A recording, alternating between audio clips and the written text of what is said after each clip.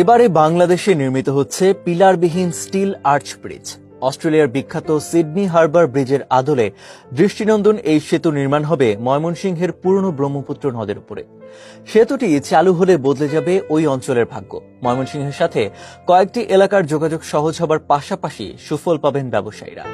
সরকারি পরিকল্পনা থেকে জানা গেছে, ময়মনসিংহের এই সেতুটি হবে স্টিল আর্চ পদ্ধতির।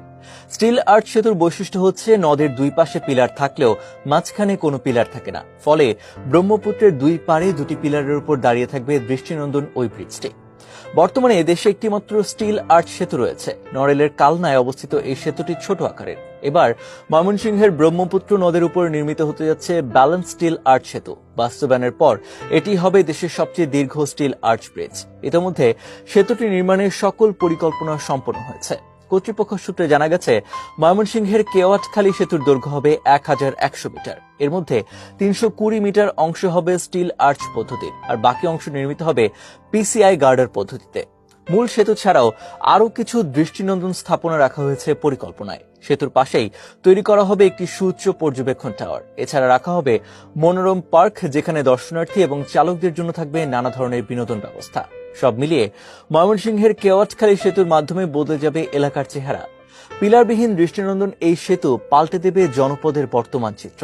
ইতিমধ্যেই সেতুটি নির্মাণের প্রয়োজনীয় প্রস্তুতি শুরু হয়েছে। এটি বাস্তবায়নের দায়িত্ব রয়েছে সড়ক এবং জনপদ বিভাগ। সংস্থাটির সূত্রে জানা গেছে, ময়মনসিংহের এই স্টিল আর্চ সেতু নির্মাণ প্রকল্পের ব্যয় ধরা হয়েছে ৩,৩63 কোটি 63 লক্ষ টাকা। এর মধ্যে মূল সেতু নির্মাণে ব্যয় হবে প্রায় 2,050 কোটি টাকা। এছাড়া সেতু নির্মাণ কাজের পরামর্শক প্রতিষ্ঠান খাতে বরাদ্দ রয়েছে 60 কোটি টাকা।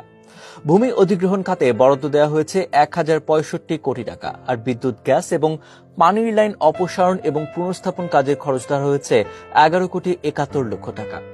কেওয়াটখালী সেতুর সংযোগ সড়ক শুরু হবে ঢাকা ময়মনসিংহ মহাসড়কের বাইপাস মোড় থেকে, যার দৈর্ঘ্য হবে 6 কিলোমিটারের বেশি। এর মাঝে থাকবে 250 মিটার রেলওয়ে ওভারপাস। পুরনো ব্রহ্মপুত্র নদের ওপর পরিকল্পনাধীন দেশের দীর্ঘতম স্টিল আর্চ সেতুটি হবে 6 লেন বিশিষ্ট।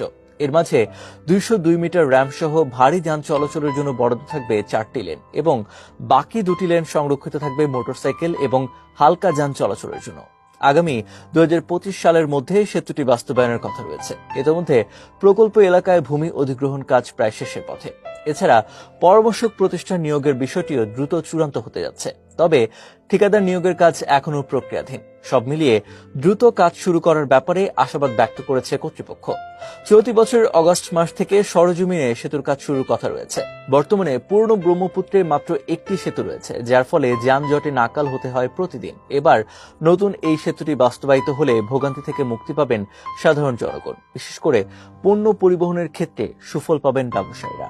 দর্শক, শেষ করছি এখানটায়। ফিরবাবর দেশ সংক্রান্ত ভিন্ন কোনো বিষয়ের সাথে। সে পর্যন্ত যেন তথ্য পেতে চোখ রাখুন দুর্বি নিউজের পর্দায়। ধন্যবাদ সবাইকে।